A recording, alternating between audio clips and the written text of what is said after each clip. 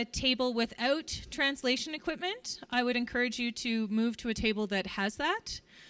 And there are lots of spaces up closer to the stage where there are translation headsets and the like. And we'll get going in just a couple minutes. The other thing that I was asked to let you know is that if you had your picture taken for our cities map, you are welcome to collect your Polaroid and take it home as a souvenir. So please feel free to get that on the way out.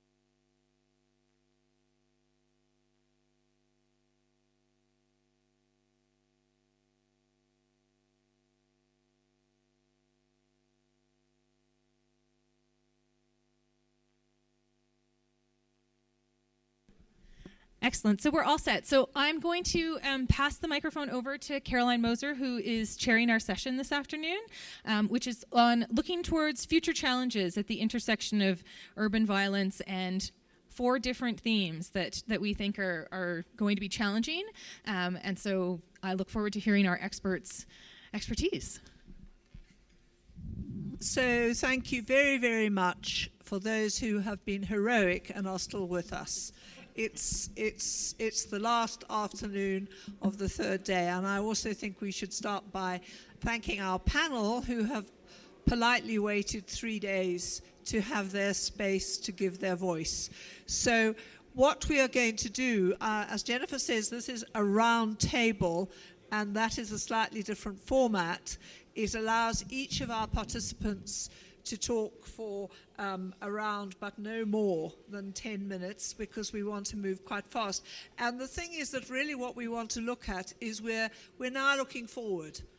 We're now looking forward to think what are the key themes that may be really critical as we move forward, looking at safety and security and cities, but really are issues that may not have been as addressed through the course of the program so far. And the 4 issues that we're talking about are climate change, migration, municipal governance, and the private sector. So we've got 4 issues, but what we're going to start with this end, climate change, and Masonda Mumba, pardon me, yeah? Okay, who's the program coordinator for UNEP's ecosystem-based adaptation program within the climate change adaptation scheme. So she provides technical assistance to governments globally on a range of really critical issues. One of the things I like about this panel is we are equally Masomenas gendered, but we also have people from all the continents. And Musunda comes from Zambia. She has a BSc from the university there and a PhD from UCL in London, and she has enormous experience on wetland research. So I'm going to pass it over to her and give her the first 10 minutes. Thank you. Thank you very much, Caroline, and thank you so much for having me here, and welcome to the panelists as well. I think I just want to begin by saying that I'm kind of wearing 2 hats here, actually, because I also sit as a science and policy advisor for the CARIA, which is the Collaborative Adaptation Research in Africa and Asia, which is actually funded by IDRC and DFID. And also, I'm working on ecosystem-based adaptation, which is how we basically, as humanity, we depend on ecosystems and how they're changing, how they're cushioning us from the stresses of climate change, and how they also help us in adapting to these shifts. So I really want to talk from that context and that perspective as an emerging issue, and also just give some examples of my personal experiences in places I've lived, and also places I've worked in. So I want to start by saying that when I moved to Kenya in 2006 from London, I was working then with WWF, and I moved here, and just as I joined UNEP a couple of years later after that, I put together, actually over a glass of wine really, with a few girlfriends, and we were chatting and really interrogating spaces. All of us had been in the diaspora doing amazing work, etc., and had returned. And as we were talking, we came up with an idea. And it just so happened that my girlfriends and a few other friends, one was working for the Institute of Security Studies. The other two were working for OCHA, which is the Office of Humanitarian Coordination of the UN. And I was working for UN Environment. And so we coined this phrase, security in mobility, and came up with this rather small project, actually, which ended up becoming fairly bigger. What was it all about? I think the conversation, 2006, for those who remember, 2006, 2007, was quite interesting that, there was obviously political violence, but not only was there political violence in Kenya, there was also a drought, a pretty severe drought. And what we saw, for the first time having moved back to the continent, I saw cows in the middle of Nairobi. I was like, what's going on? And my friends were like, well, the cows do come, the Maasai, this is part of their territory, etc. Anyhow, we began to interrogate this space from that perspective. But what was more interesting for me was that when I spoke to a member of parliament to say, look, people migrate because there's a disaster, there's no water, and there's just nothing to feed themselves and their animals, and they will move because of a climate signal, a climate factor, and slow onset. This particular member of parliament looked at me, and she happened to be a woman. She looked at me and she says, Musonda, can I just tell you something? When we sit in the parliament here in Kenya, or even at the EAC level, when you mention the word pastoralism, we're talking small arms, we're talking violence, they're going across the border. So I'm not going to be discussing this from a perspective of climate change. And that was really interesting. And I thought, okay, how is she actually looking at it from a perspective of violence, i.e. small arms, and also not looking at the trigger? And of course, migration is very complex. It is complex. But for me, I'm interested really in understanding how when people move from rural settings into urban settings and the dynamics change, mainly because an ecosystem has changed. When you have drought, there's no grass, there's no water, there's nothing. So I really wanted to interrogate it from that perspective. But I also want to add and say that I think we need to really be honest with ourselves that urban resilience is something that is really something we have to be discussing, and also should be really high on the agenda, because the majority of the populations in the world are living in cities. A few weeks ago, I was at the Career Annual Learning Meeting, which IDRC and DFID had organized in Kathmandu. And it was really fascinating because we took a field trip into the middle of Kathmandu. And for those of you who've been to Nepal, anywhere else in Asia for that matter, these are ancient, exciting, and phenomenal civilizations. Smack in the middle of this populous city is a water system that spans back 2,300 years ago. And this water system basically has water ponds, then they cascade into the underground system, and then connect to the next pond. Now, with urbanization, mind you, and the irony of it, I wish I had a picture to share, but the irony of it was the Ministry of Water had built its building on top of one of the ponds. So now that concrete, the hot concrete that was poured there, is not providing seepage. Now, with droughts and changes in the monsoon climate and all of that, there is hardly any recharge in the systems, and so there's very little water cascading through and providing for the rural poor in particular. So what we're beginning to see in some of the work that I've been involved in is that actually, and I listened in on the previous panel, the conversation, I think data exists. It's fragmented, it's scattered, it's in different places, but everybody has to come together. Perhaps that's what also the Sustainable Development Goals will do. We have to have a collective conversation. I just want to also say that I think climate change as a compounding factor is also going to change how people behave. You know, one moment you have a job, the next moment your entire field is flooded. You cannot harvest, you cannot do anything. You have to think very quickly if you've got 5 children that you have to educate and send to school and feed yourselves. So there are all these complexities that we have to contend with and deal with. How do we deal with those complexities? And I think that's a conversation that we really need to bring to the table, and how collective that conversation is happening. Lastly, I just want to say that I think the issue of preparedness, especially at the city level, in a lot of sort of circumstances, there's an expectation and also assumption that people in cities are more prepared than in rural settings. Actually, urban poverty is really the worst, and urban violence, because you don't have the support system. In a village, you can move to someone else's farm or communicate with a relative to help you out, or even give you your next meal, not in a city setting. And we're going to see these extreme events manifest in very strange ways. I mean, and we're not immune, whether we're coming from developed or developing country. Point in case, Paris. Paris 2015 had a heat wave, and over 3,000 people died. And they even have systems that can support that mechanism. Let's talk about Nairobi, let's talk about Lagos, let's talk about Johannesburg, let's talk about other cities in the world that really are going to change substantively, and coastal cities in particular, and how those implications will happen globally. So in closing, I just want to say that I think in dealing with the topic at hand, in looking at safe cities and violence, we have to be aware that with the emerging issue of climate change, people's livelihoods will change. People's dynamics will change substantively. And also with extreme weather events, we're going to see job losses and perhaps even job gains, we don't know. So there are all these opportunistic and non-opportunistic circumstances that we need to be aware of and also take into account. And I don't want to touch on the issue of migration because there's someone on the panel that's going to talk about that. But I think for me, it's also a very critical issue that we have to contend with, because migration is happening more in country than it's even happening across the borders as well. Thank you so much. Thank you very much. I think we're starting with a very interesting perspective, which shows us how clearly these issues are interrelated. And I appreciate not going too far into migration, but it's not that it's this connectivity that you've raised, which I think is fantastic. So I'm now going to pass on to Dr.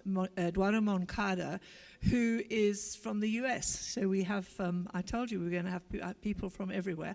And he's Assistant Professor of Political Science at Barnard College, Columbia University. And interesting, his research focuses on the political origins of crime and violence in the developing world. But his particular focus, and that's what he's going to talk about now, is on the business sector. We had somebody representing business already in this meeting, and I think it's wonderful that we're coming back to it. And his particular emphasis is on the ways that business firms resist protection rackets in parts of Latin America. So I guess you are from Latin America rather than from the US. I apologize. But we have to have the US represented, don't we? I'll fulfill that role this time around, sure. Thank you. Can everyone hear me? Yes? All right.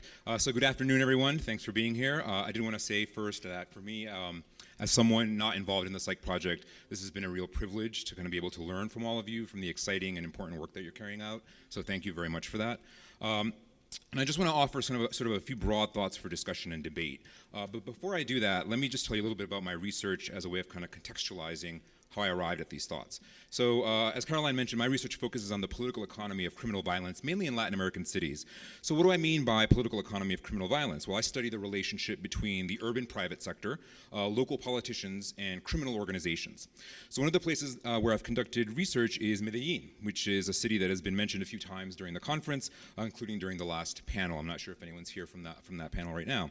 Medellin went from extremely high levels of lethal violence in the 80s and 90s to dramatically low levels of violence in the 2000s. And out of that decline in violence emerged something very interesting, something that gets referred to as this Medellin model of urbanism, right? The notion that what led to a sort of sustained reduction in violence was a committed local government that worked hand in hand with the private sector to address inequality, social exclusion, and class conflict. So the official story of Medellin kind of embodies one version of the public-private partnership model that was discussed briefly during the last panel yesterday for those of you who were here. But a focus on sort of local government and the private sector alone isn't enough to explain the reduction of violence in Medellin. Instead, we also need to consider the role of organized crime. And in the particular case, oh, I'm sorry. Yes, this was my students also tell me I speak too fast, so I'll slow down. There we go. All right. I will try. Sorry. So do my students. I apologize. So in this particular case, powerful local drug trafficking organizations strategically chose to reduce lethal forms of violence in the city. And these groups did so in order to create a seemingly peaceful urban setting. So what did these organizations gain from this? Well, first, it significantly reduced political pressure on local government to go after organized crime in a concerted way. Second, while the homicide rate declined, other non-lethal and very lucrative forms of violent crime skyrocketed, including extortion and the local drug trade. So as local politicians in the private sector sold Medellin internationally as a progressive and innovative city, the most lucrative forms of criminal violence continued largely unchecked. And third, efforts to reshape public space in historically violent peripheral neighborhoods not only represented investment in those communities, but also opportunities for organized criminal groups to capture those investments. And this capture took multiple forms, ranging from charging taxes for community residents to use newly created public parks and plazas, to the infiltration of local civil society groups as a way to secure contracts from city government and foreign donors. These complex relations between the state, business, and criminal organizations are not unique to Medellin. Emerging research identifies similar dynamics in other cities and countries in Latin America, but also Africa and South Asia. So what this suggests, I think, are three emerging challenges that we might want to keep in mind as this agenda on cities, exclusion, and violence moves forward. First, there's this very important debate about data that we got a glimpse of during the last panel. But I think equally as important is that we take the time to unpack and understand whether the outcomes that we're measuring with our existing data, and that often serve as the objectives for development agencies and governments, actually represent what we think they mean. So when we focus on measuring the level or the spatial distribution of urban violence, we need to consider the many different and sometimes counterintuitive pathways and mechanisms that can lead to very similar outcomes. Because as cases like Medellin and others suggest, order within a city measured using relatively blunt metrics does not necessarily mean the absence of disorder within the city. The second emerging challenge I want to highlight is the role of the state in urban violence. And this connects to something that's come up a few times during the conference, this notion that the absence of the state enables urban violence, and the corollary hypothesis that if we could only bring the state into these spaces, then we could reduce violence. And there are certainly settings where that holds, but those hypotheses don't hold everywhere. The state is often deeply present in violent and conflictive urban environments. Sometimes the state is the protagonist when it engages in violence against civilians as part of trying to combat violent crime. We've seen this in places like Ciudad Juarez in Mexico and today in Rio de Janeiro in Brazil. And sometimes the state is the target of violence, as when armed criminal gangs target police officers for assassination, as was common in Colombian cities in the 80s and 90s, and is the case today in San Salvador and El Salvador. But other times, perhaps even most times, the state actually occupies a much more complex role than either outright protagonist or victim. It instead coordinates in complex ways with a range of non-state actors to use violence for different political, economic, and social ends. The state often establishes relationships with street gangs, militias, drug traffickers. And to what end? Well, there's lots of reasons: to win local elections, to displace marginalized populations from urban territories that have increased exchange value, and to exercise social control over particular populations. So what this suggests is that a second emerging challenge is that we have to consider that the state, the very actor we hope and expect should bring about positive change, can be complicit in urban violence. And this means that we need to think about the different ways and the different reasons for state complicity in urban violence. And the final point I want to raise has to do with the private sector more squarely. One of the things I noticed from yesterday's brief discussion was that we were talking about the private sector mainly as a source of capital, right? That if only we could figure out how to convince the private sector about the merits and financial benefits of generating security, then we could get it to invest in preventing or reducing urban violence. And I think this is an important role that the private sector can play. But also along the lines of what several people mentioned, I think we need to consider under what conditions is it that business can play a constructive or a not so constructive role in the dynamics of urban violence. Because business isn't only an economic actor, it's also a political actor. It can translate its economic resources into political power, and it can shape the distribution of power within cities. And so when we start to propose projects that challenge the political status quo as a way of empowering marginalized populations and reducing violence, I think we need to consider when and where business might be inclined to support or oppose changing the local political status quo. And thinking about that means that we need to stop thinking about the private sector as one large, homogeneous, coherent actor. The private sector has many different moving parts, sectors, sizes, types of firms, which means different relations to the state and different sets of interests vis-a-vis urban violence. But in addition to thinking about how business can be a partner to reduce violence, we also need to consider how business can foster urban violence. And business plays this role in many different ways. Research on urban displacement, some of which has been presented here, shows how the private sector can generate political and economic pressures that foster the displacement of marginalized populations in ways that reinforce structural violence. But business can also contribute to more direct forms of violence. So for example, I'm currently working on a project that examines how business firms within cities respond to extortion. And what I found is that different types of firms engage in very different types of responses. Some reach out to the state and work collaboratively to build state capacity in particular neighborhoods as a way to combat extortion. But in other instances, business firms organize, sponsor, and finance vigilante groups to carry out violence against alleged extortionists. And in other cases, firms build relations with the arms of the state, namely police officers, to engage in lethal forms of extrajudicial violence against alleged extortionists. And these are not multinational firms, which are another topic. These are small shops in retail and commercial sectors. These are places where people go to have dinner or buy a new pair of shoes that are also subsidizing various forms of violence in response to insecurity and criminality in cities. So as we move forward, I'm a strong believer that the private sector needs to be brought into the discussion, both analytically and practically, but that we need to do so in a way that accounts for the private sector as a complex actor that can both help but also worsen security conditions within cities. Thank you very much, and I think that was very, very informative in helping us move forward in deconstructing what the private sector is about, something probably we've not done a lot of. It's, as you say, it's seen very much entirely in terms of its business capacity. Also very interesting links to the state that we will come back to. So this panel is really, I can begin to see the enormous connectivities between these different presentations. So I'm now going to pass on to my third participant, who is going to focus primarily on migration.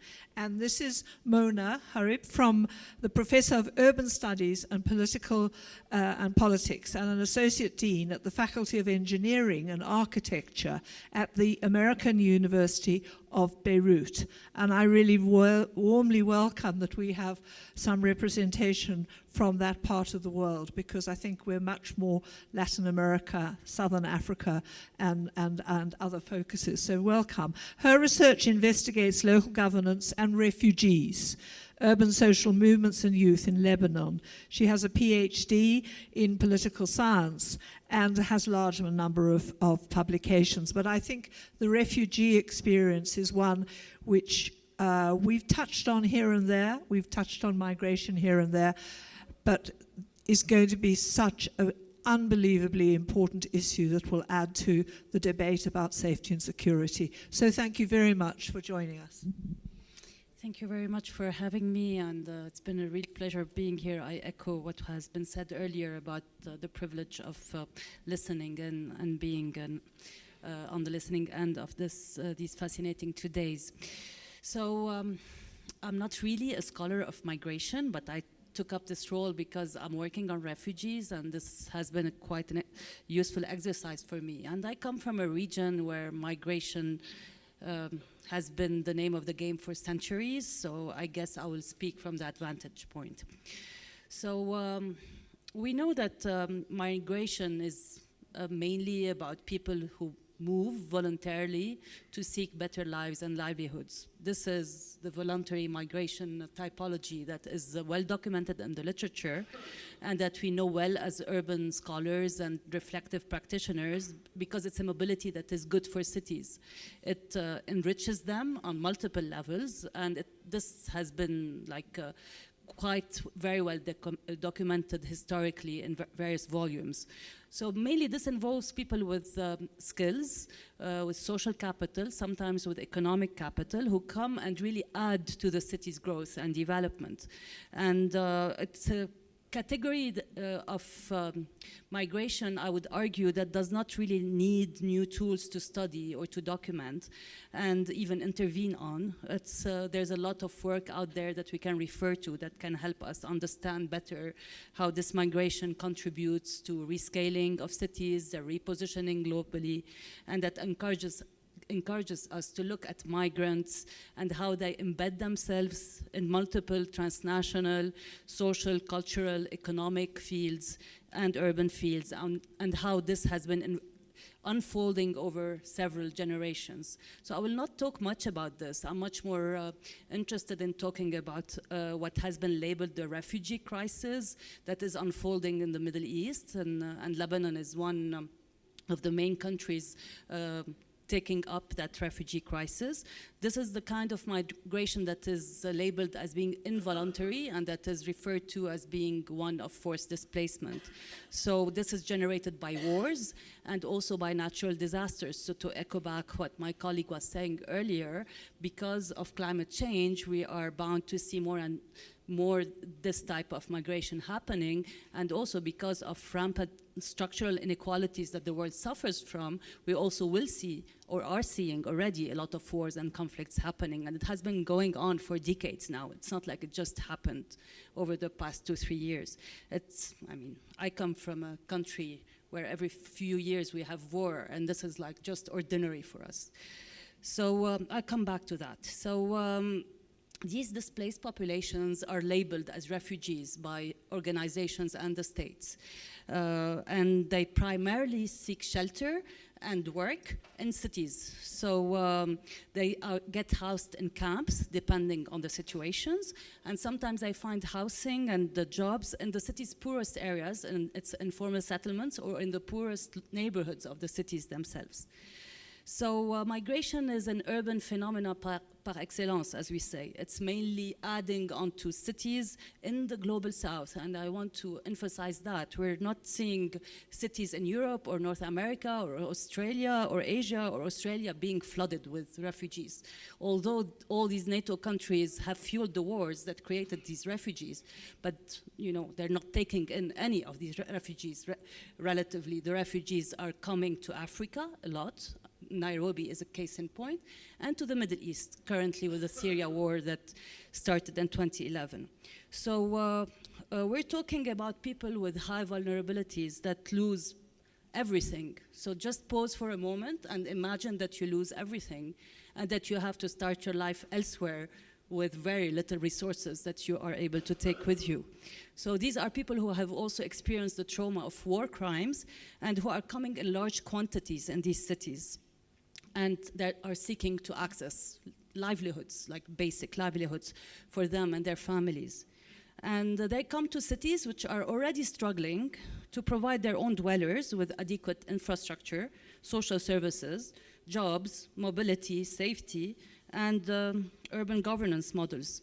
And despite all these challenges that these cities are currently suffering from, they take up this additional challenge of hosting and incorporating these refugees in their cities and neighborhoods.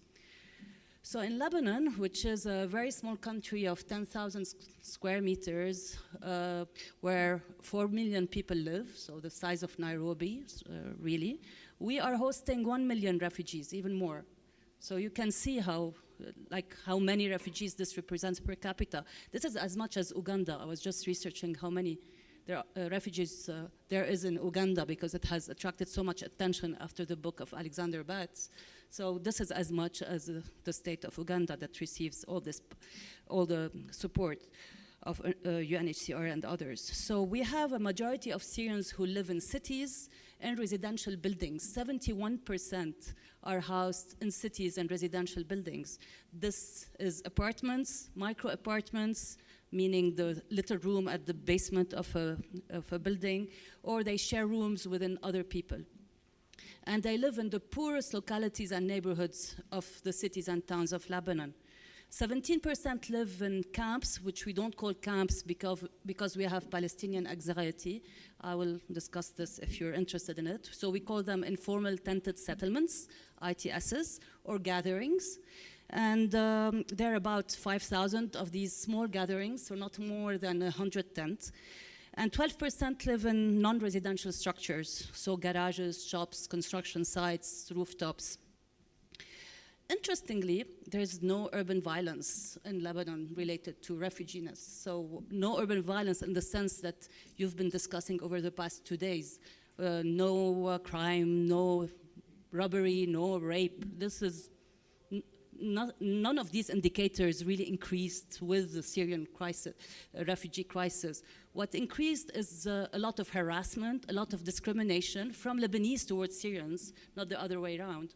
So we have a lot of media that discriminates against Syrians, which become now the cause of every problem we have in Lebanon. So they're behind our problems related to garbage, electricity, water, as if before 2011 we never had problems of that sort. And of course, government officials use them as scapegoats in relation to that. And it's really the media is dominated by these discrimination and racist reports. And this leads to violence in the streets sometimes, to closing down of some Syrian shops in some neighborhoods. But I wouldn't label this as violence in the words in the framework that you've been using in this conference these 2 days. So as such, we have, as urban scholars and urban practitioners, a huge set of additional challenges to deal with and to address very quickly, to inform the authorities of what's the most effective way and sustainable way to deal with this major, what has been labeled a burden on cities. And in that sense, I think that we need a new paradigm shift, if I want to use this term, a new policy agenda to frame the question through which we pose the issue of refugees on the table.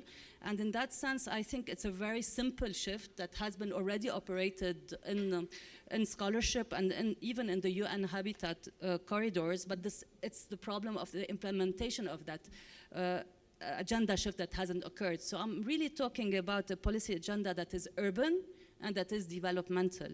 And I think that my position here and what I'd like to defend here is that we need to do 4 things to advance and lobby for this agenda. First, we need to stop talking about a crisis as if this is something sudden that just happened. I think the person who spoke from the Rockefeller Foundation earlier said it very interestingly. Crisis is the new norm of cities today, so we better step up and deal with it. We will have refugees more and more in our cities. We will have more added pressure on our infrastructures and our daily urban challenges. So how do we address that? So debunking that crisis paradigm, that's the first point. And I come from a city that was invented to host refugees. Even before Lebanon was created, Beirut has hosted Maronites and Shiites and Druze and then Armenians and then Palestinians and then Iraqis and then Syrians. So, Beirut has been a city of refuge forever. And if you look at the historical archive of each wave of migrants, you will find people who are catastrophed by the arrival of migrants and who accuse them of all the problems in the world and who say that Beirut will never be the same again and who will hold the same racist discourse that we hear today about Syrians. The second point I want to say is that the label of refugee is not useful. We're talking about refugees as if they're, like a singled out category. They're not a singled out category. They come in cities and live in informal settlements or camps that become informal settlements after a few years. And agencies deal with them as if they are different than other vulnerable populations. So in our work now, again, as part of an IDRC grant, we're trying to advance that premise of looking at dwellers and their quest for work and leisure rather than the needs of refugees as if they're different from the needs of any other dweller in the city. The third point is the need to ethnographically document and map and identify the ways through which refugees and other vulnerable dwellers in cities and towns are trying to access work, home, and leisure and services, and to learn from their resilience and their resourcefulness and understand what we're calling the ingredients and the modalities that they're mobilizing in their quest for work, leisure, and home. So once we understand how people are managing to access work and the home and services, we can enable this quest and we can make it happen much more effectively as urban practitioners alongside other actors. We can reduce the barriers that disable them from accessing the city and living a secure and decent life. So I'll end with that and encourage us all to try to find ways through which we can advance this agenda of an ethnographic documentation of these ingredients through which people access home and work and services, and to work with other local stakeholders towards the socially just city. And I think in this process, urbanists need to have a central role. In the opening of the keynote lecture of John Close yesterday, we understood the importance of urban plans, which seemed like a very commonsensical statement for someone like me who comes from urban planning, but I sense that this was not as natural for many others in the room. So I think that we need to spell it out very clearly. This is because we live in cities that are taking such a central role in the spatial production processes, we need to work with urbanists to understand these dynamics of spatial production and who can promote on the short term the need to access shelter and work for refugees and other vulnerable population, and the need to develop integrated urban development plans on the longer term to allow all the population, the vulnerable population in cities, to access a decent, safe, inclusive, and just city. Not only the high-heeled, we need to plan for them, we also need to plan for the lesser high-heeled who form the majority of cities today. Sorry for being a bit longer than I should have, and thank you for your time. Thank you very much indeed. And I think that this provides us with a wonderful link, because we're talking about a city that is absorbing large numbers of people coming not only from climate reasons, but also from conflict. And my last speaker that I want to introduce is Ricardo Romero.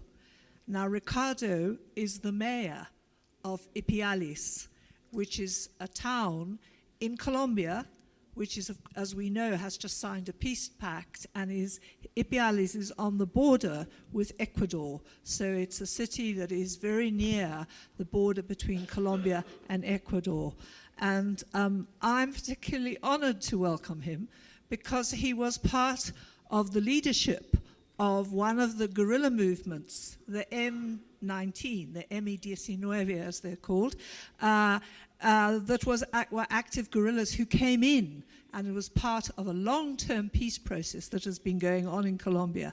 And he then became a candidate for the Colombian Congress for that group, because what's been very interesting in Colombia is the integration of ex-combatants, ex-guerrillas into government positions themselves. He held the position of Secretary of Community Development and then councillor in Pasto in the Nariño region in southern Colombia. And he studied philosophy, worked as an editor and a journalist. And Ricardo will be speaking in Spanish, so please all put on your headsets if you are not agile in Spanish. And I'm particularly grateful because he has waited for 3 days and he's our last speaker. So thank you. Muy amable, Ricardo.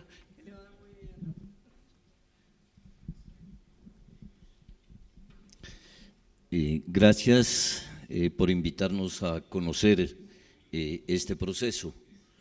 Valoramos este esfuerzo, esta investigación, en el intento de hacer de las ciudades unos espacios de beneficio, de bien común y no de daño para la gente, con acciones violentas o con indiferencia social. Efectivamente, vengo de Ipiales, del sur de Colombia, es en la frontera norte con el Ecuador, de un espacio seguramente como muchos otros que están en ese proceso de transformarse en ciudades intermedias con cerca de 200.000 habitantes, con una presión de la población rural buscando un espacio en las ciudades y de la ciudad intentando quitarle territorio al campo. Pero hoy quiero llamar la atención sobre una relación autoridad y delincuencia, cómo incide en la violencia y en la exclusión, y qué debemos hacer para no dejar derrotarnos. Cuando la delincuencia se toma el gobierno local, en esas ciudades lo único que queda bien organizado es el crimen, y lo que mejor funciona and what most functions is exclusion, particularly. So illegality becomes the normal conduct of people that is generalized, and the abuse of power, the use of power generates a negative example that removes any possibility of joining the population towards a respectful and solidarity ways of acting. We generalize corruption, complicity with delinquency activities that is not understood as a mafia kind of a system where the local authority is using these things for their own benefit. There are cases where we actually see a direct participation in delinquency and this kind of criminal activities by the local authorities, and this situation has to come out very clearly because it hides in a certain form in a democratic exercise of work, but in reality, in the practice, you create a kind of a dictatorship of delinquency. It uses a kind of blackmail in order to control the society, and the society starts being degrading, and we remain in a situation where there is no inequality and there is abuse of power, and we end up by creating situations of violence. The only way forward that we want to bring forward to us is to create citizenship. We don't see any other option.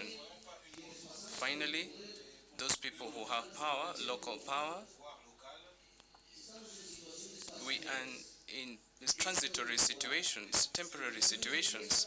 What remains is actually citizenship, is a people, and it is there where we find the challenges that we be able to construct, to build citizens, people, subjects of the law, and not objects that can be manipulated. And in that effort, I would like to actually talk about 3 programs in which we are involved in. You see, constructions of life plans, little territorial spaces, both in the rural and the urban places, collaborative plans, designs. We want that the community recovers its history, its past, its values, its own people. Where we want to go through the entire territory so that we can identify each one of the difficulties, and where we look to characterize the population, all that in order to construct a social agenda that is joint between the local authority and the community, so as to work with plans that in short, medium, and long-term plans. And the method that we're working with is another program that I want to highlight. We have called it the Minga. Minga has to do with, in the indigenous populations, it's a practice is to come together and to share what you can give so that you can come up with a common good. The Minga is a thought, is a collective thought.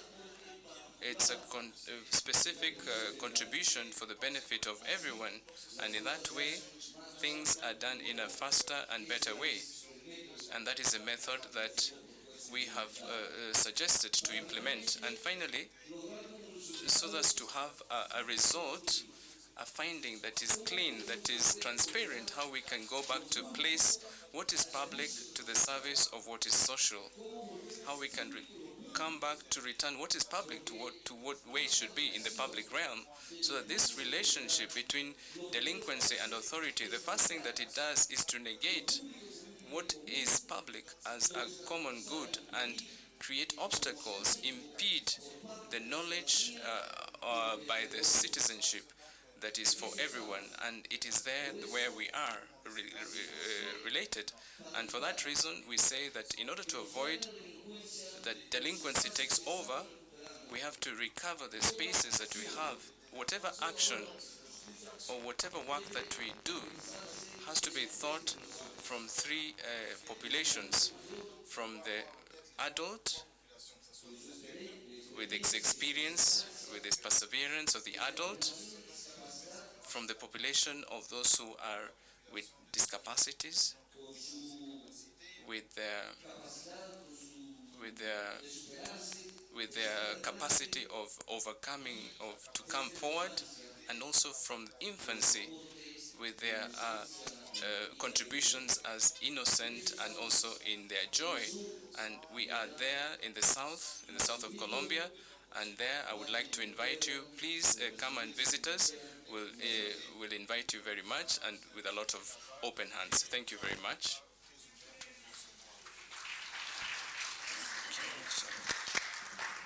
I think we've had some wonderful presentations, and I want to very quickly hand over to the floor. So I'm only going to make one comment, which is that I think what is fantastic is not only are people talking about future issues, but they are also thinking very practically, and they're talking about interventions, solutions, way forwards. We've done a lot of reflecting, but I think that that's really where we want to go forward now in terms of questions. So the floor is open, and if you have a specific person that you'd like to address your question to, do say so, and we'll take a round and then go forward. If it's a general question to everybody, let's have that as well. Okay, so let's have a show of hands. Anybody got any questions? Who would like to start?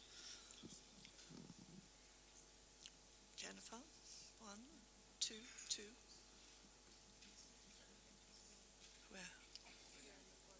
Oh, 3, 4, 5. Okay, we've got 5. We'll start with those. Jennifer.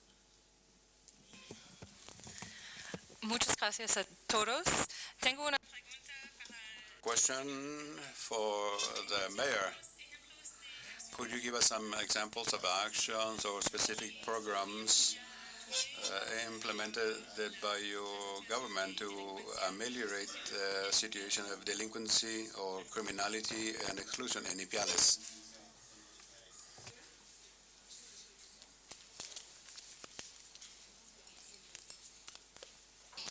Thank you. My question is about, I guess, the utility of terminology and labeling. And specifically, Moha mentioned, I guess, the term refugees and how that might not be useful. And this might be a question or more of a reflection on how certain labels determine the responses by the states, or the programmatic responses, and basically just a reflection on how that has worked in your experience with regards to migration, with regards to violence and private sector and the interaction between the private sector, and how state responses are shaped, or how state responses are shaped by the labeling of certain individuals and communities. Yeah. Gracias. Sí, sí. A question for another question for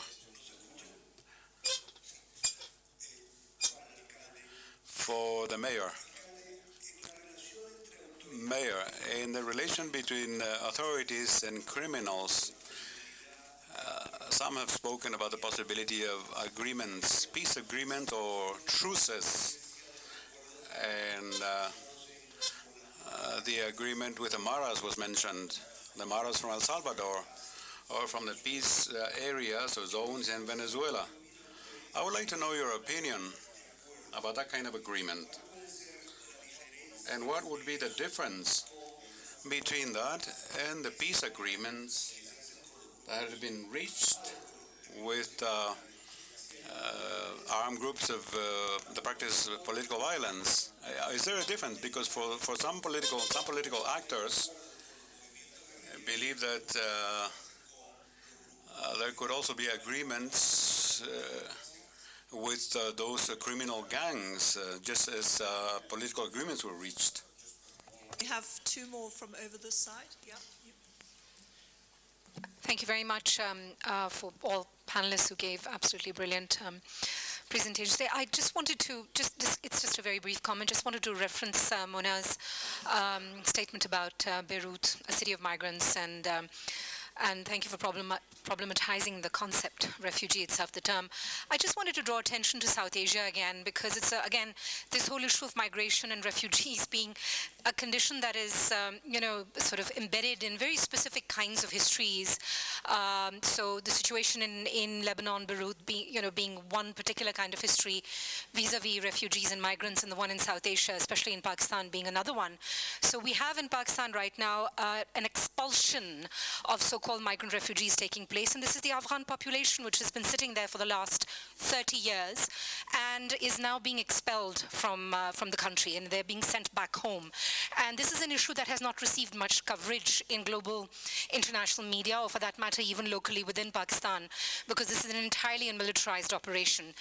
And the large proportion of the Afghan communities who've settled in Pakistan cannot be called refugees anymore, because they've built social networks, they have social capital. A city like Quetta, which is the capital of Balochistan, is considered to have more Afghanis than local Baloch. And they're all being sent back now because of the issue of terrorism, insecuritization, etc. So this issue of also how the issue, these dynamics of what was yesterday a migrant refugee then became a local, and then once again becomes an outsider, is something that is very, very important, for a better understanding of how this fits into the urban.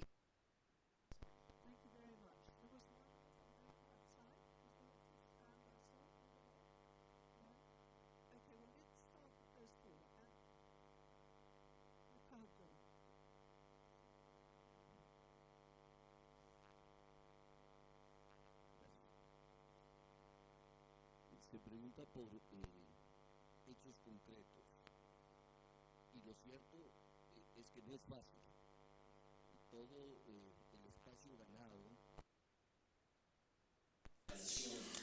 through those relations between authorities and criminals. In my opinion, the most difficult part is that when you look at the crime,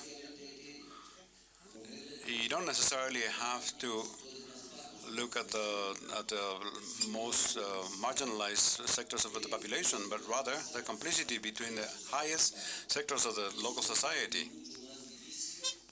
So it is much more difficult to have a process of regeneration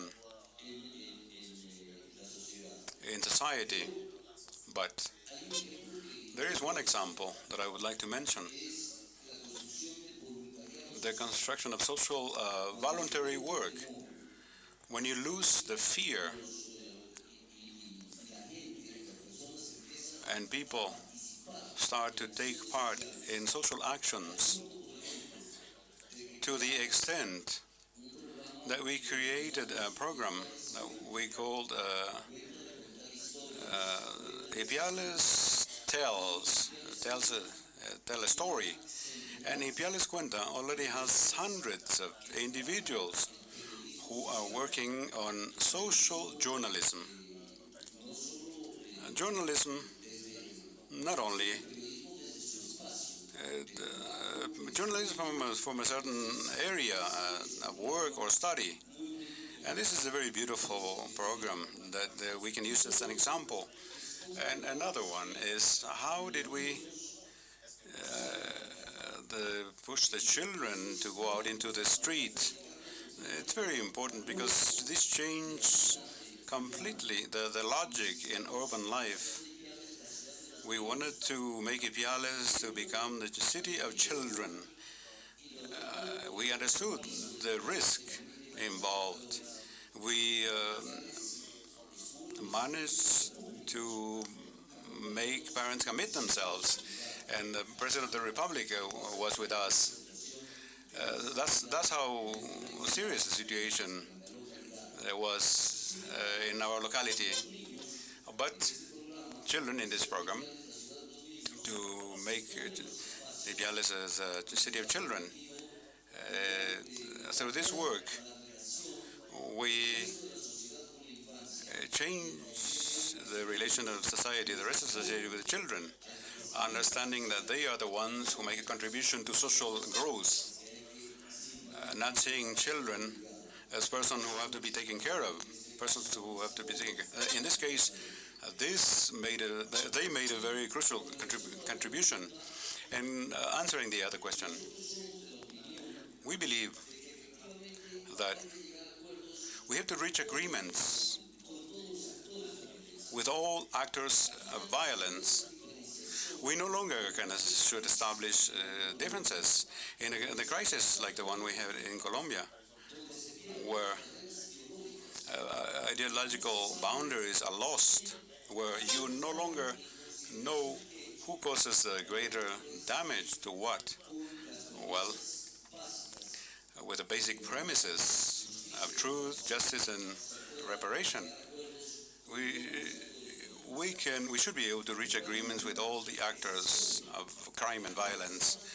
But one of them is difficult to identify, and this is a personal opinion, the one who causes the greatest damage, the criminality, the hidden criminality in authority, in power. That kind of criminality is much more difficult to fight because you don't know where it is. It is hidden. They have a political discourse, or they are after material gain. They can identify it through that. But the one who causes the greatest damage is the criminals who have penetrated power, who have hijacked power.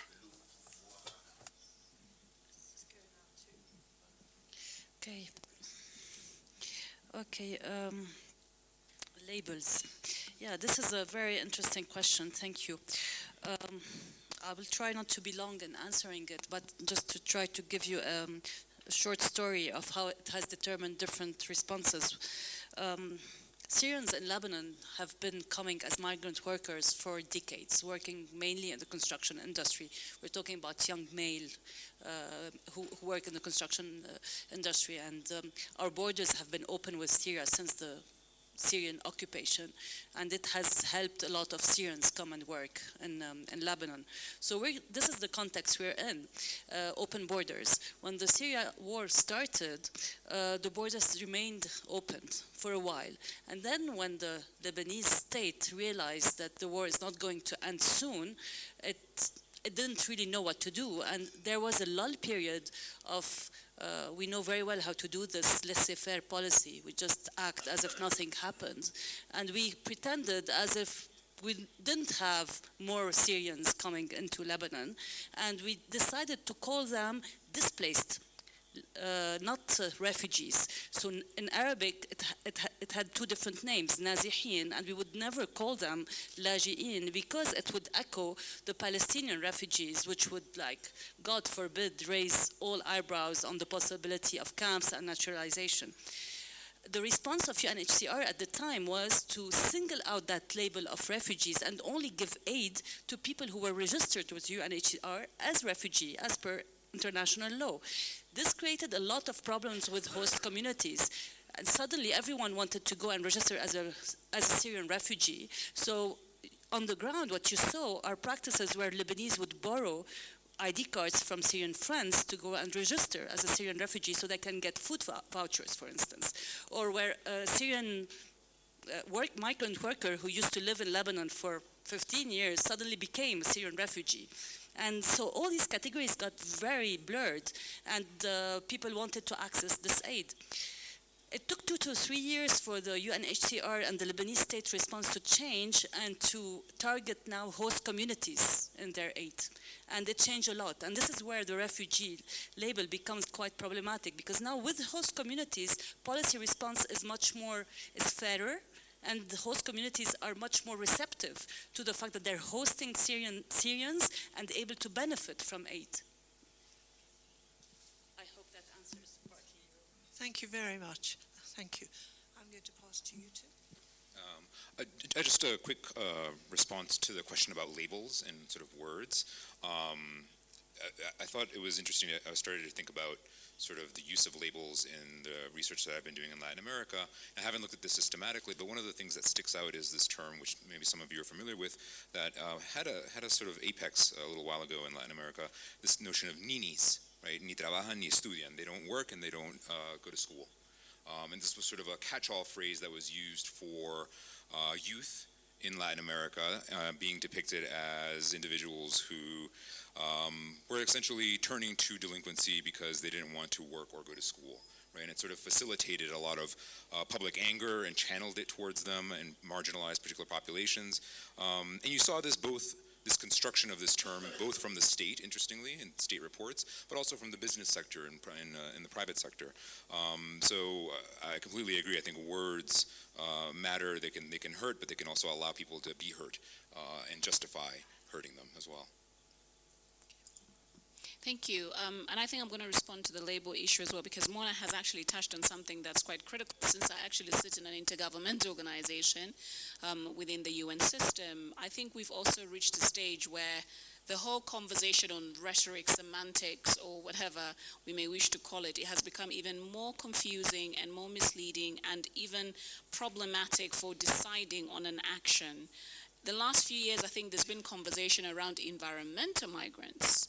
You know, when your island is totally inundated and you have to go, and then you move to landlocked country, what do you become? I mean, all these dynamics are hugely complex. And I think just touching base a bit on what Mona has said, I mean, there's studies that have actually demonstrated that even prior to the war starting in Syria, there was a severe drought in that sub-region. So, of course, by the time you're crossing the border, you've morphed from being an environmental displaced migrant, whatever you may wish to call, to something else as you've entered totally different terrain. So I think this is something that needs to be interrogated, because it's really critical in terms of deciding what action will be, because I know for sure within the UN system, particularly from the UNHCR, a term that is used determines the response that will come from the collective UN system. So if you're a migrant or if you're just somebody looking for employment, no matter where you're coming from, it all determines the response that will be used. And these people that we sometimes assume are in an okay situation actually could be terribly vulnerable. Thanks. Thank you. That was a round of wonderful responses. I think we've got time for some more questions. Yep. So that's Dashani 1. Anybody over here? Okay, 2. Anybody over here? 3. Anybody else? I've only got 3 so far. Okay, 4. Yep. Okay, Dashani, let's start with you. I don't have a question but a comment, but I would encourage somebody from the panelists to respond to it. Is it working? Yeah, okay. You know, in the South Asian context, when we took up this research under SAIC and we looked at a lot of literature, and that's been even through the last 3 days, is this is not working? It's working.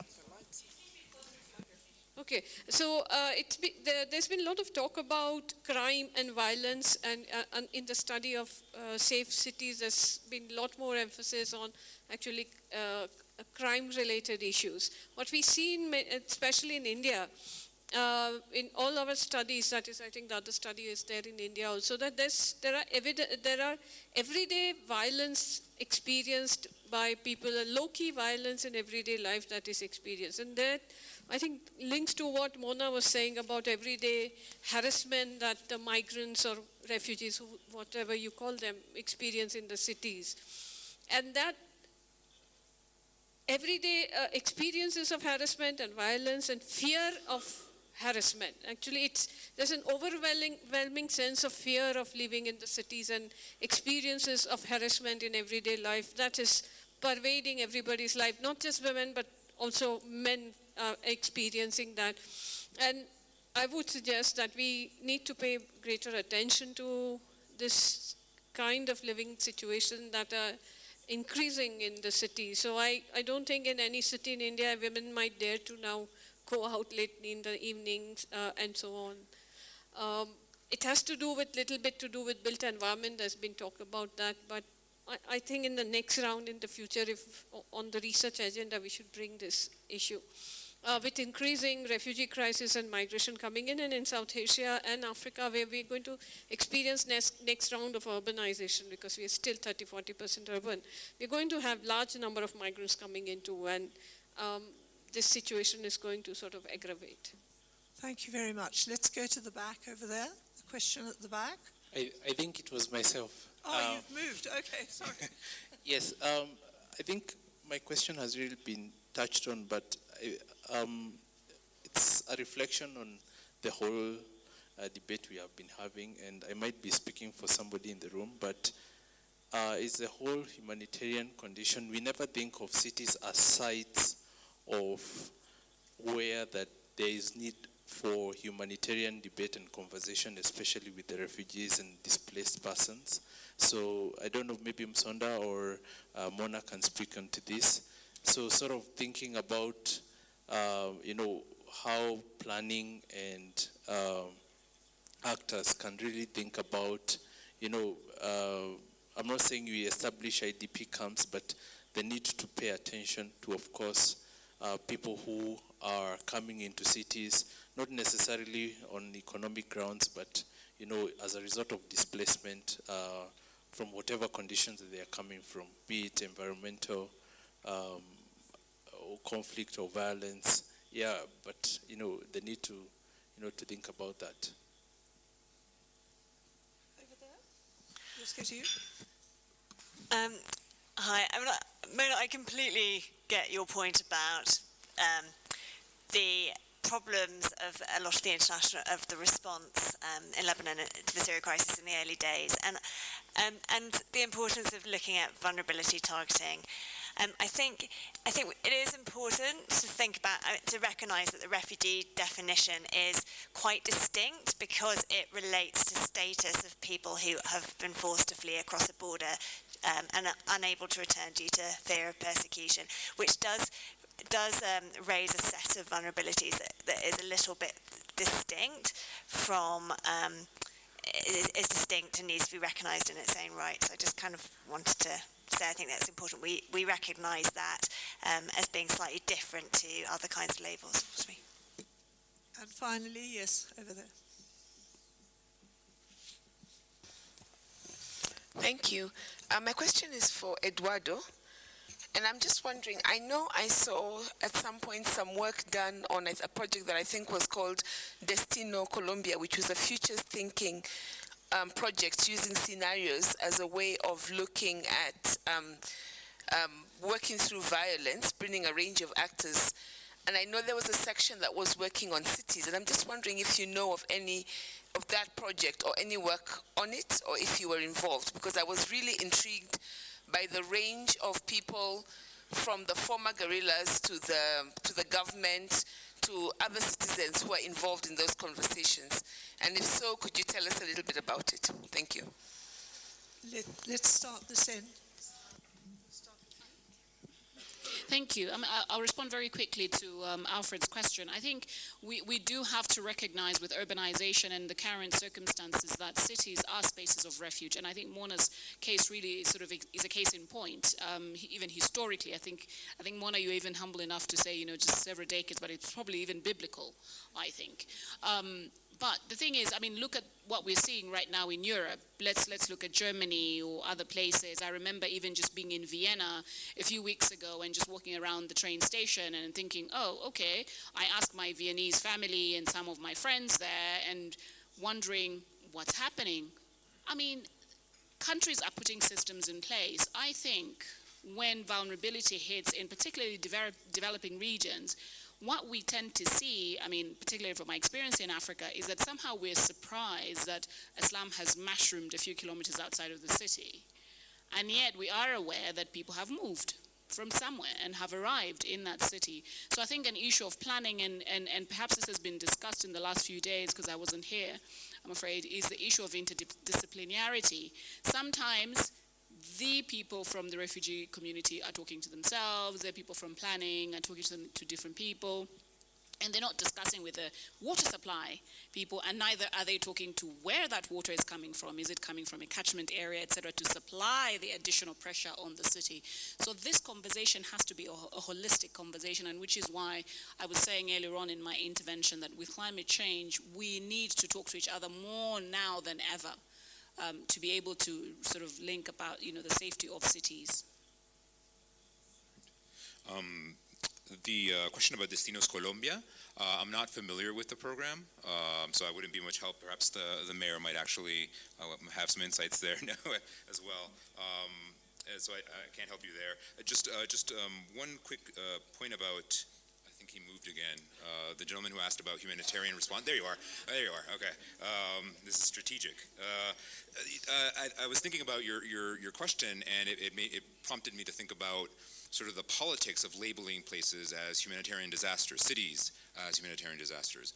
And there's been an evolving debate, an ongoing debate about places riddled with drug-related violence in Latin America, cities within Mexico, cities within El Salvador, and about some arguing the need for some sort of a humanitarian intervention.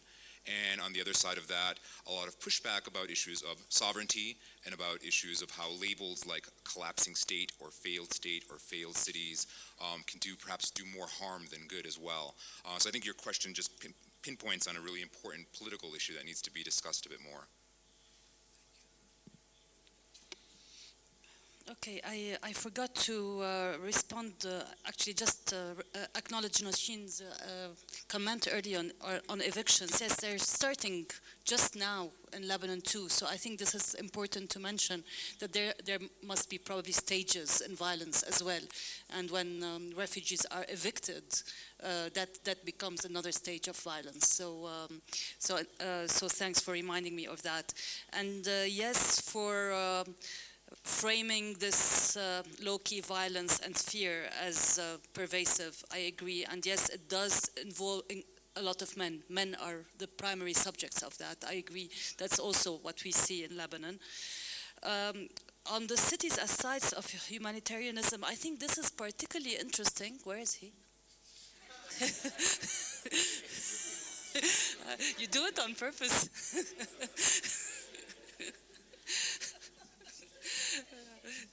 Yeah, actually, your question comment raises a very interesting point that has been on my mind for a while in Lebanon. Humanitarian aid or development aid is also very interesting because it forces, especially local governments, to do planning sometimes. And in that sense, I think it's really interesting to look at that aid as an opportunity for planning, but also not to forget that political elites look at it as a great opportunity for rent and hence corruption and clientelism. So this is just to add to the complexity of the discussion.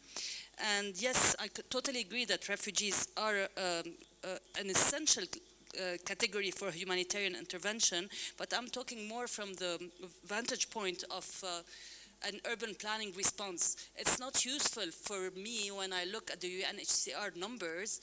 I can't do anything with them. They're not operational for me to know that I have, I don't know, X thousand refugees in this town in Bekau, and I know very well that I also have X, I don't know actually, because I don't have data from my Lebanese government, because it doesn't care to count its population about vulnerable populations. So I have the UNHCR data and quantitative numbers, but I don't have any other data, and I have to go and do field work, and hence the importance of ethnography. So my point was mostly stemming from that position I'm in as a planner who needs to understand what's happening, and the category of refuginess is too abstract for me to do anything with it. I need to complement it with qualitative ethnography to make any sense out of it. So I think that's it.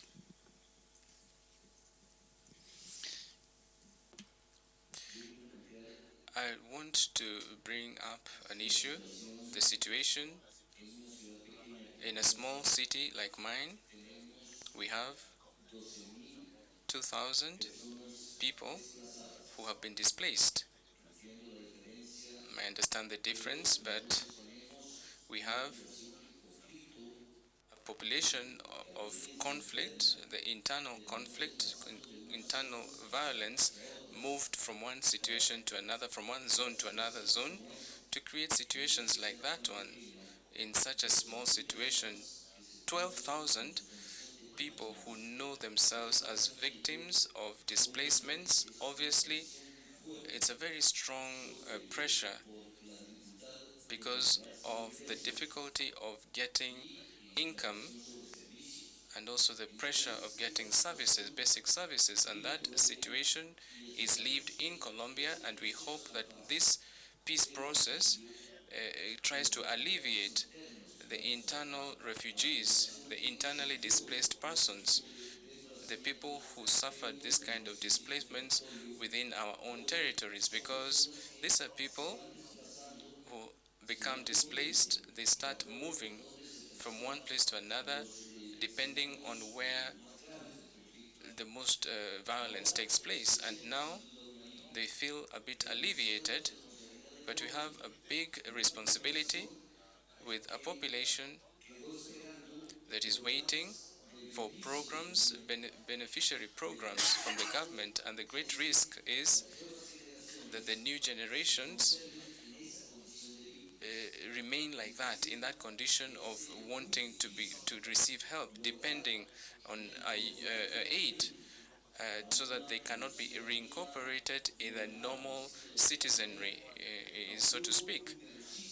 A very big number of people who at the same time are displaced without options of work, and if you want, and I don't know whether they prefer, but they attach themselves to wanting to maintain themselves depending on aid, governmental aid, so to speak. It's a very difficult situation, so to speak. I think we're through. Yep. Okay, so I'm going to end. I think we've had some fantastic presentations, and I just want to make 2 or 3 points. In a way, I can't really summarize. There's so much. I think that, first of all, I'm really delighted that we've kept up the issue of data that came up in the last session, because as you can hear, as a researcher, I have a passion about data and what you can do with it and can't. And I think what we heard is not only the need for sharing of data, also something, I mean, we've had a lot of discussion about how we need evidence-based research, but what we were also hearing about is how we have to be creative in many situations, because the sort of data that we're going to get is not going to be necessarily the real evidence for all sorts of different reasons, whether it's because people choose not to tell us what they're doing, or because they're invisible, or because the formal systems of data are not capturing them. So I think that this is extraordinary. The data in many of your studies is fascinating and very robust, and I take that forward as one of the great outcomes of this program. And also the knowledge that you yourselves, or many of you, were using mixed methods and were really thinking through different ways of using data in how you worked. The second thing that has come up, particularly in this session, which I find fascinating, is labeling. And I think that's an issue that we can take forward. And we've had examples that will come forward and that, as has been said, are so critical for policymakers, because policymakers tend to find them useful to work with, because they have to think fast, operate fast, and intervene fast. And so something that captures them sets them going. I mean, I happen to have a little bit of a bugbear about the labeling of resilient cities, just because that's a particular entry point by a particular donor, which gave out a lot of money, which is fantastic, and a lot of people have benefited from it. But that implies that the other cities that aren't in it aren't resilient, if you see what I mean. So that labeling can be inclusive, but it can also be exclusive. And I think that in all our work, people invent labels because they capture audiences. They can be dynamic, they can be sexy, they can be useful, but they can also be quite dangerous. And I thought that was a fascinating discussion which goes through this work but also beyond it. Thirdly, I think that what's come out is the inordinate complexity of the way forward. You know, for those of us who've been in this urban business quite a long time, and you think, well, you have the settlements on the periphery and you sort it out and they get the physical infrastructure, and now we need not only sort of economic cohesion, we need social cohesion, we need political cohesion, and then we've got it. Actually, we haven't, and I think the fantastic discussion about the way the mobilizations that are changing the structures of cities is very, very powerful. I mean, I happen to have spent my childhood in South Africa when cities looked very different from how they looked in a post-apartheid era. And so we have countries where it's not even seen as an issue, I imagine. Well, it wasn't referred to specifically as that. And looking across the world, I think we're going to have more and more complexity, and dealing with more and more complexity is going to be a real challenge. And my final comment is that I would like to thank the audience here, the participants on this panel, for the enormous humility with which they've spoken about subjects that are highly difficult and highly complex, and in many cases, a lot of their work is really quite personal. I think at the end of the day, we all have to be honest in how we think about these issues. They are complex, they are difficult. Talking about, for instance, the hidden criminality, which is something we don't really want to talk about. Talking about what's happening with the private sector that is invisible, but we know is critical. I think as researchers, our humility and our recognition that we are, in a sense, it's a great honor for us to do this type of research, but there's a lot of danger in it, and there's a lot of insecurity in doing it, and it's not going to get easier. But to thank, from my own perspective, everybody who's been part of this, because I think it's been an extraordinary research experience, very, very rich, and I hope you take that back. So thank you to my panel. I think it's been a wonderful way to end with this level of honesty and humility about how tough these issues are and how they won't go away. Thank you very much.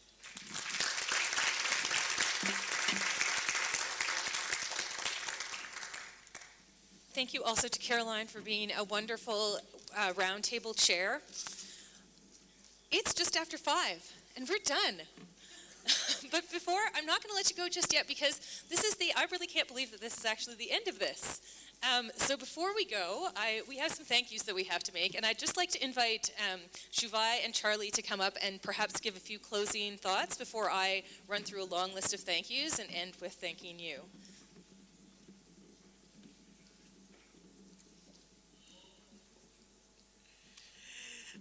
Thanks. I've spoken far too much already, and I've said several thank yous. I'll say them again because the research you've all done has been fantastic. I just want to thank IDRC and the African leadership team for pulling us all together, bringing everyone here, and to all of the researchers who've contributed so many extraordinary ideas and insights. Many of you have sat really quietly, and I know you've got a huge amount to share as well, so thanks. The one thing I'm going to take back, I think, in particular, is this, is the point that was made earlier on about connecting patterns in road structures in Nairobi. But for me, this programme is all about connecting patterns and people in creative ways and really trying to challenge the narratives that are trying to force everyone into building walls and ring roads. And that's my parting thoughts to you all. But one last thing. You've all got some really great ideas and things that you've been talking about quietly amongst yourselves. But please do send your views on your ideas and the things that you're going to do after this conference back to Jennifer and the team. Because somebody said to me earlier, what was different about this programme was that we actually got a call for funding that allowed us to lead the research directly ourselves, and that's critical. And if you want us to do more of that kind of work, then it's important you feed that sort of back into the system so we can take it back to our institutions. Thanks very much.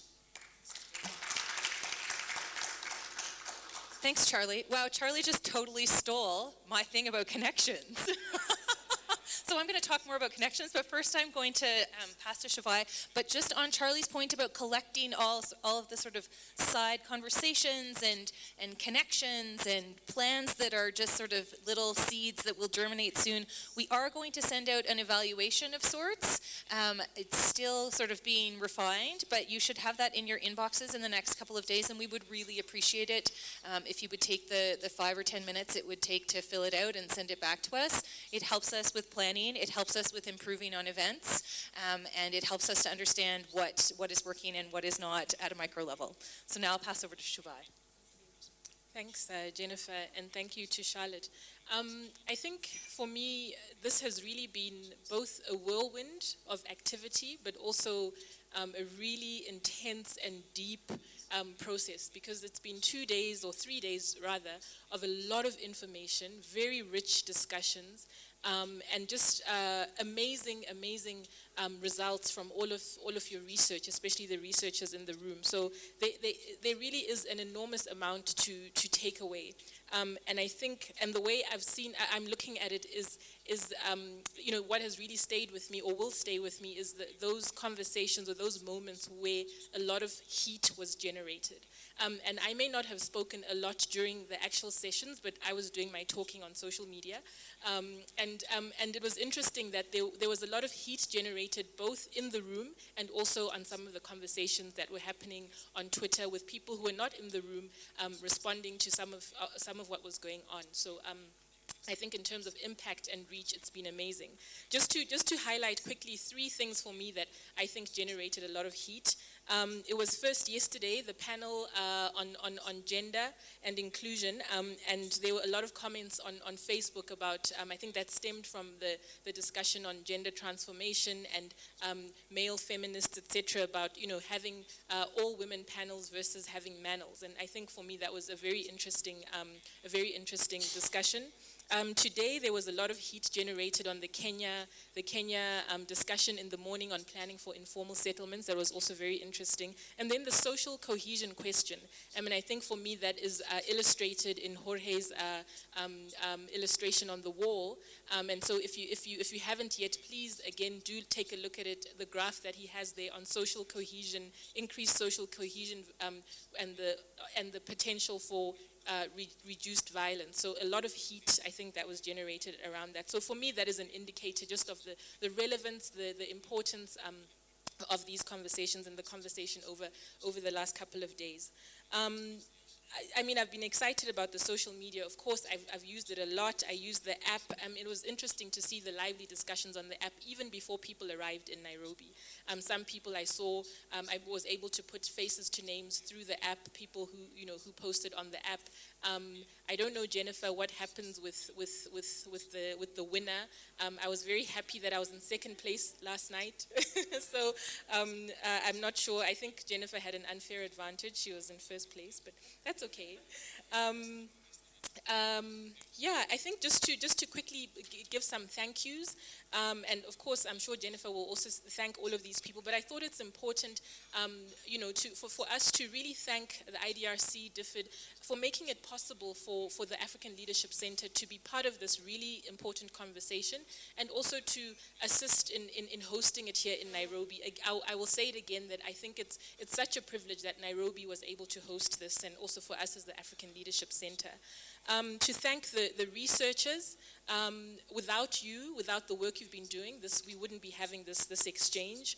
All the participants for attending, for bearing with us, for cooperating with us in all the logistics, the back and forth emails, and for those who speak French and Spanish, for accommodating our lack of French and Spanish. But I think somehow everything came together. For the moderators, the talk show hosts, again, IDRC, to thank in particular Jennifer and Maysam. You've been wonderful. We've been at this since November, and it's really been a great journey together. And also the colleagues here in Nairobi, Ramata, Martha, Yolanda, and Gladys, who are not here. Please do give them our thanks. DFID, represented by Charlotte. Comms Consult, we had some very interesting discussions even in preparing, Megan, Laura, and the team. And we've learned a great deal from you, and we hope they're things that we will also use in our own work going forward. All the service providers, the interpreters, thank you. Without you, we all wouldn't be able to communicate with one another.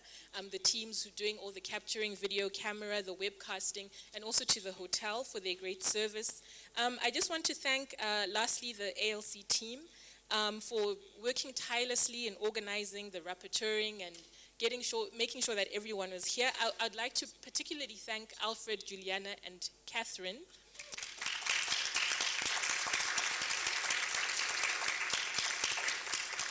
Yeah, all of you interacted with them in one way or another.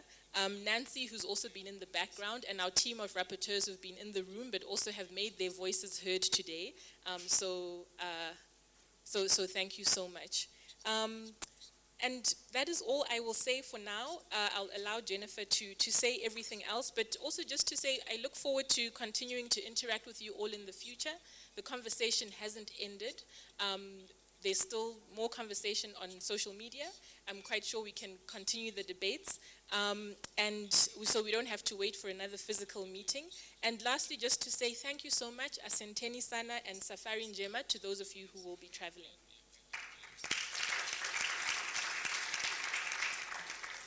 Thank you, Shivai. And thanks for that really comprehensive list, because now it makes me feel that if I happen to forget anybody, that they've been covered and thanked. And so I thank everybody that Shivai thanked. Colleagues, I want to echo what's just been said and add my thanks to you for your really intense engagement and collaboration over the past few days. I think we really have achieved something remarkable here together in such a short time. And I think we're all leaving having learned something new, having had our own ideas challenged, and being energized to take our new knowledge back to our cities and incorporate these lessons into our own work. For me, this is where I want to talk about connections. So really, over the past 3 days, I think this is what's really come out. Safe Inclusive Cities started as trying to understand the connections between urban violence, poverty, and inequalities, and what was driving these. And then today, I think, and yesterday and the day before, we've seen that kind of come together. So we've seen connections among gender, infrastructure, basic services, urban planning, social cohesion, and I think a whole host of other issues evidenced by our last panel. Session. I think we've also seen the connections between policy, research, and practice, and how those there are still barriers, but we are working, and I think this conference is evidence of that, to bring those communities of practice together to really advance debates, but also to advance, to make progress substantively and tangibly to make cities safer. I see connections between these new challenges and the responses that need to be taken by them, by municipalities, by national governments, by civil society organizations, by donors, and by the connections among all, and by researchers, and the connections among all four of those themes that we just discussed. I also want to take this opportunity to thank several people individually for their really important work, without whom none of this would have been possible. First of all, thank you so much to our research partners. It's been a wild ride over the last 4 years. The volume of email that you will receive from me will greatly diminish in the coming weeks. And it's just really been a privilege to get to know all of you and to have the opportunity to work with you and support your amazing research and the change that you're making in your communities. I'd like to thank Shuvai and the team at ALC, as Shuvai mentioned, but I think it bears repeating. Alfred, Juliana, Catherine have been essential to getting this conference going and have just been a delight and responded to all of my emails, even when I send them at 4 o'clock in the morning when I'm not sleeping. And so I really do thank you for all of that. We could not have done this without you. I'd like to thank, I have a list here. I'd like to thank all of you who came and engaged and gave of your time, some of you who have traveled from very far distances, from Central America, from Colombia, from Peru, from South Asia. It's just a privilege to have you with us, and we really do appreciate you taking the time out of what we know are very busy schedules. I'd like to thank DFID and Charlotte for their partnership over the last 5 years, because I think that without their support, none of this would have happened. And then lastly, I'd like to thank my colleagues with IDRC's Governance and Justice team, Ramata, Martha, and especially Mason, who has been my my right-hand person, my right hand, literally sometimes, for the last year and 3 or 4 months now, and who has really helped us, I think, translate the research and the data into something that will help make those connections and break down those barriers between these schools of practice. And with that, it's my honor to bring this conference to a close and to wish you all a safe journey home. Jennifer, just one last thing as well. I think we should all just give you a very personal round of applause as well.